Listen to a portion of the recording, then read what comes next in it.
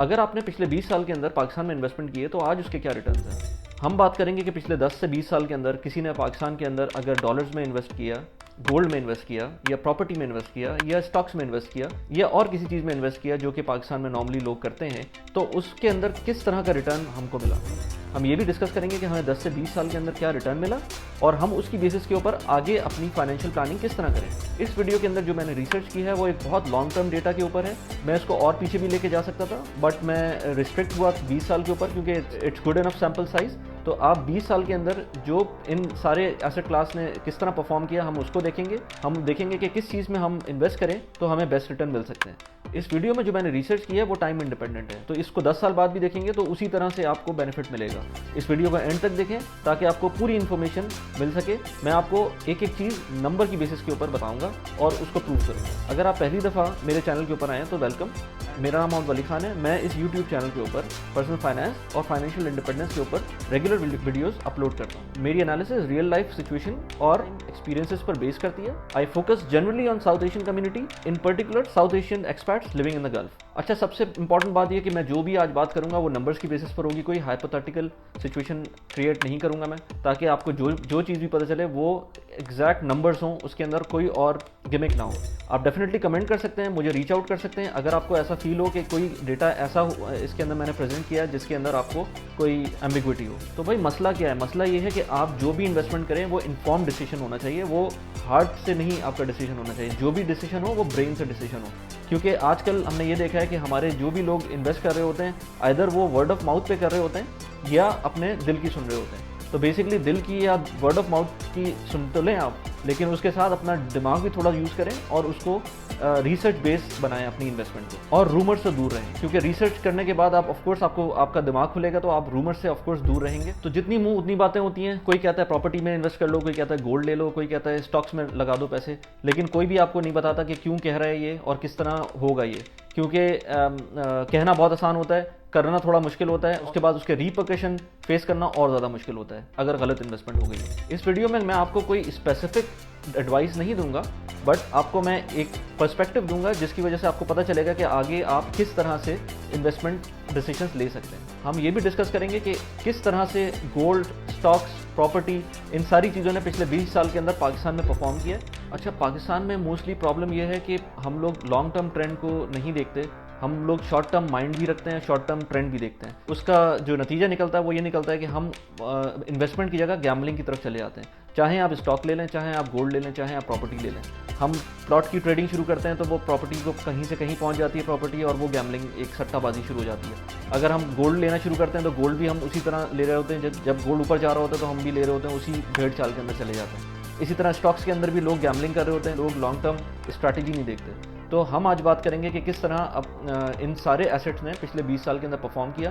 Let's देखिए, सबसे पहले हम बात करते हैं गोल्ड की। गोल्ड का एज इन इंडिया और पाकिस्तान दोनों में एक जनरल कॉन्सेप्ट ये है कि गोल्ड हमेशा एक अच्छा परफॉर्मर है, आपको बेस्ट रिटर्न्स देता है, एक लॉन्ग टर्म एसेट है आपका।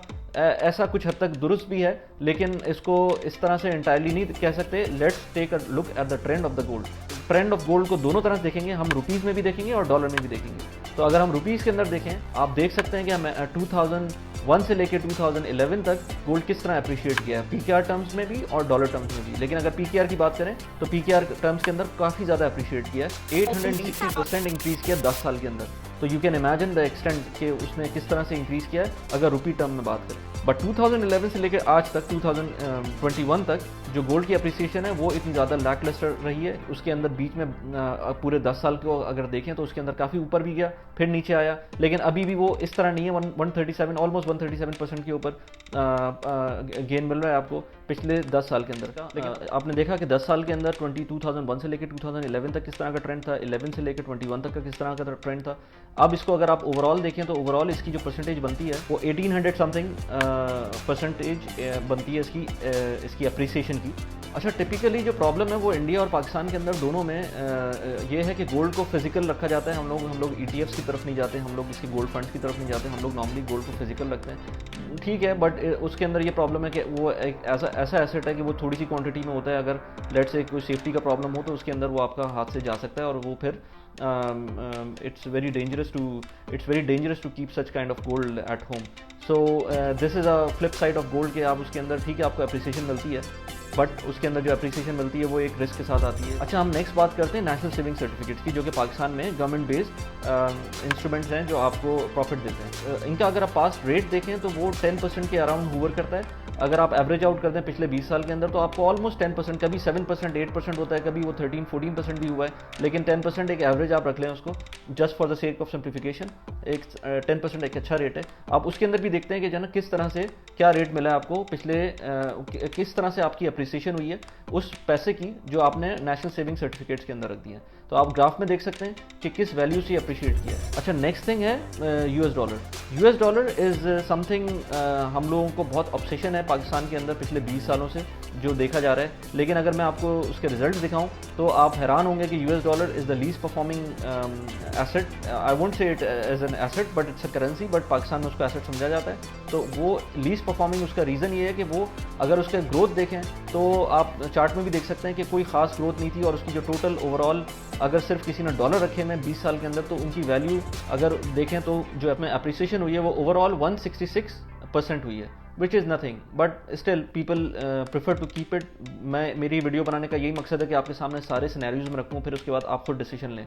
ये 166% की जो अप्रिसिएशन है, this is nothing for over the, if you think about over the period of let's say 20 years. अच्छा, वैसे मैंने कुछ दिनों पहले एक वीडियो बनाई थी पीकेआर डिप्रिसिएशन के ऊपर, और यही इसका टॉपिक था कि पाकिस्तान के अंदर क्या मिसकॉन्सेप्ट है कि लोगों का कि जो भी इन्वेस्टमेंट करते हैं आपकी वो सारी इरोड हो जाती है ड्यू टू डॉलर गेन्स। तो वो आप ज़रूर देखें, मैं उसका लिंक लगा देता हूँ ताकि आप उस वीडियो को एक आइडिया मिल जाएगा आपको कि उसके अंदर हमारी करेंसी और दूसरी करेंसीज़ को एक कंपैरिजन है। प्लस ये कि उसके अंदर अगर आप इन्वेस्ट करते हैं पाकिस्तान के अंदर तो जो डॉलर की वजह से आपकी डिवैल्यूएशन होती है इन्वेस्टमेंट की, तो वो अप्रिसिएशन की वजह से जो एसेट की अप्रिसिएशन है उसकी वजह से कितना नलिफाई होती है, तो वो आप देख सकते हैं इस वीडियो के अंदर। अच्छा, great, we have seen the gold, we have seen the national saving certificate, और उसके बाद हमने डॉलर को भी देख लिया।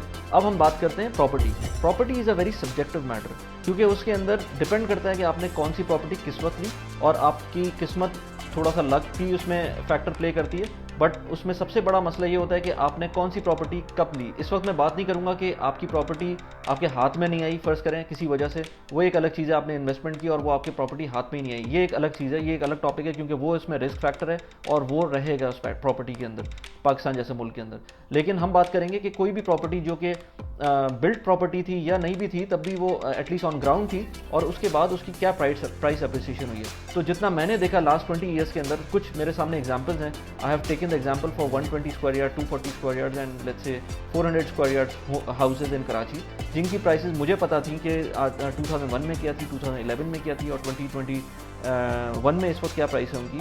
और जो मैंने उसमें जो इन्फर किया है वो ये कि जो टोटल प्राइस अप्रिसिएशन है हाउस की वो अराउंड 1000 to 1300% बनती है 20 साल के अंदर। ये मैं कंजर्वेटिव एस्टिमेट लगा रहा हूँ, क्योंकि जो मैं घर देख रहा हूँ वो कोई पॉश एरियाज़ में नहीं है। अगर आप डीएचए की बात करें या बहरिया टाउन की बात करें तो उसके अंदर काफ़ी ज़्यादा अप्रिसिएशन होती है।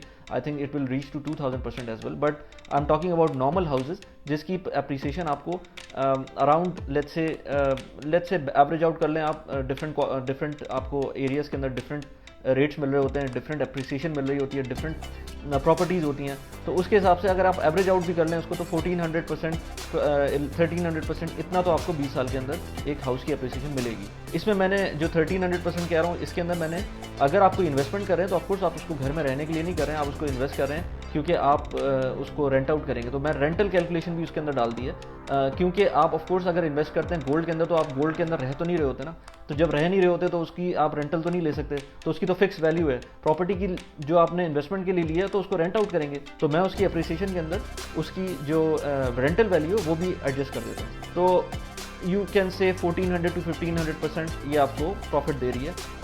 बेस्ट केस सिनेरियो के अंदर 2000% भी देगी ये आपको प्रॉफिट। अच्छा, अब हम बात करते हैं to date the best investment asset of last 20 years, this is the stocks. अब स्टॉक्स को जनरली पब्लिक के अंदर, पाकिस्तान के अंदर इतना अवेयरनेस नहीं है कि हम उसको यूज़ कर सकें। मैं कहता हूँ आपको स्टॉक्स में, अगर आपको नहीं पता स्टॉक्स के बारे में तो आप उसमें ना कूदें, बेहतर ये है कि आप पहले म्यूचुअल फंड्स पे जाएं, और मैं इस वक्त आपको म्यूचुअल फंड्स की ही एनालिसिस दूंगा, क्योंकि मैं इंडिविजुअल स्टॉक्स में खुद भी नहीं इन्वेस्ट करता, क्योंकि मेरे पास इतना टाइम नहीं है। तो मैं म्यूचुअल फंड्स के अंदर इन्वेस्ट करता हूँ, और म्यूचुअल फंड हमेशा मार्केट बेस्ड होते हैं, और मार्केट इंडिकेटर जो पाकिस्तान के अंदर पाकिस्तान स्टॉक एक्सचेंज का है उसके थ्रू उसके ऊपर बेंचमार्क होता है उनका। तो जो बेंचमार्क पाकिस्तान का कराची स्टॉक एक्सचेंज का इंडेक्स है, वो अगर उसको देखें हम, तो 2001 में अराउंड 1500 था, वो 2011 के अंदर 12,000 था, और इस वक्त वो 47,000 के अराउंड हूवर कर रहे हैं। तो अगर आप इसको कैलकुलेट करें और एडजस्ट करें आप, मैं इसके अंदर इवन आपको जो इसके डिविडेंड्स हैं वो भी नहीं ऐड कर रहा, तो बगैर डिविडेंड के आपको 2900% गेन मिल रहा है म्यूचुअल फंड्स में इन्वेस्ट करने से। अगर आप इसमें डिविडेंड्स ऐड कर देंगे, I am sure it will reach around 3,200 3,300%. So basically, if we see all the graphs together, then we will see the best asset class that has been in Pakistan was the stock market for the last 20 years. अब उसके अंदर debate हो सकती है, लेकिन एक general idea आपको general numbers के थ्रू मैंने दिया कि कौन सा एसेट क्लास बेस्ट था। तो इसके अंदर आप ये देख सकते हैं कि किस तरह से हमारा जो गोल्ड है, ऑल्दो कि गोल्ड बहुत सी एसेट क्लास है जो कि I would rate it as third number, house as the second best, और property as a second best asset class, stocks are at the top. उसके बाद कहीं आता है डॉलर। तो बेसिकली डॉलर लेना बंद कर दें, डॉलर की होर्डिंग ना करें, आप बेसिकली इन्वेस्ट करें पाकिस्तान के अंदर और प्रॉपर चीज़ों में इन्वेस्ट करें, गैम्बलिंग ना करें। बेसिकली आप घर ख़रीदें तो घर या तो रेंटल के लिए दें या लॉन्ग टर्म के लिए आप उसको रखें प्रॉपर्टी को। आप ये ना सोचें कि आपका प्लॉट आज ख़रीदा और लेट से 2 महीने बाद, 3 महीने बाद, 4 महीने बाद उसको बेच देंगे। Keep a horizon of 5 years to 10 years। अब बेहतर होगा कि 20 years का होराइजन रखें, लेकिन एटलीस्ट 5 years का होराइजन रखें for the best outcome of your investment. इसके अलावा एक इंपॉर्टेंट चीज़ ये कि there is a very famous saying, don't put all your eggs in one basket. तो आप ये भी देख सकते हैं कि आप हर चीज़ को एक जगह, लेट से आप स्टॉक के अंदर इन्वेस्ट करना, तो आप सारी चीज़ें स्टॉक के अंदर नहीं डाल देंगे, या सारी की सारे पैसे अपने प्रॉपर्टी में नहीं डाल देंगे, या सारे पैसों का गोल्ड नहीं खरीद लेंगे। हर चीज़ को आप लेट से रिटायर हो रहे हैं तो एक अलग बात है, अदरवाइज़ आप हर चीज़ को बॉन्ड्स में या सेविंग सर्टिफिकेट्स में नहीं डाल देंगे। तो आपको एक अपने हिसाब से जो आप कैलकुलेट कर सकें, अपने हिसाब से कैटेगरीज बनानी चाहिए और अपने पैसों को 5 to 6 स्पेसेस के अंदर आपको इन्वेस्ट करना चाहिए। अच्छा, एक इंपॉर्टेंट चीज़ ये कि गोल्ड को आप जैसे देख रहे हैं, गोल्ड वैसे तो थर्ड नंबर पे या सेकंड नंबर पे कुछ लोग कहेंगे कि वो आ रहा है, लेकिन आप ये देखें कि पिछले 10 साल के अंदर गोल्ड ने किस तरह परफॉर्म किया। तो गोल्ड इज़ वेरी वॉलेटाइल। मैं जब भी बात करता हूँ तो मैं किसी को भी कहता हूँ कि गोल्ड का आप अपने जो फाइनेंशियल पोर्टफोलियो है आपका, उसका not more than 10% you should keep in your portfolio. The reason is that I would consider gold as insurance. अगर कोई मेजर कैलामिटी हो जाती है दुनिया के अंदर, तो gold is something which is ensuring you towards that kind of thing. तो गोल्ड को आप एज अ होर्डिंग यूज़ ना करें, आप उसको एज अ हेज यूज़ करें, जिससे आप अपना कभी बुरे टाइम के अंदर उससे फ़ायदा उठा सकें।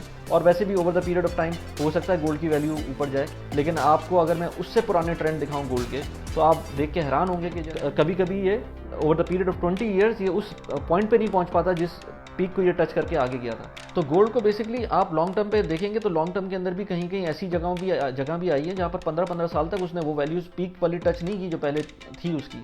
तो it has given the negative returns for 10 years 15 years even. तो इसलिए जो है गोल्ड को आप एक हद तक अपने पोर्टफोलियो के अंदर रखें। आई होप ये वीडियो आपको पसंद आई होगी, इससे आपको शायद फ़ायदा हुआ हो। अगर फ़ायदा हुआ हो तो प्लीज़ इस वीडियो को लाइक एंड शेयर कर दें, सब्सक्राइब कर दें चैनल को, and you can watch the other videos on my channel as well. And if you have any queries, you have my Twitter or Instagram ID, and you can also comment in the comment section. Thanks for watching the video. Bye bye.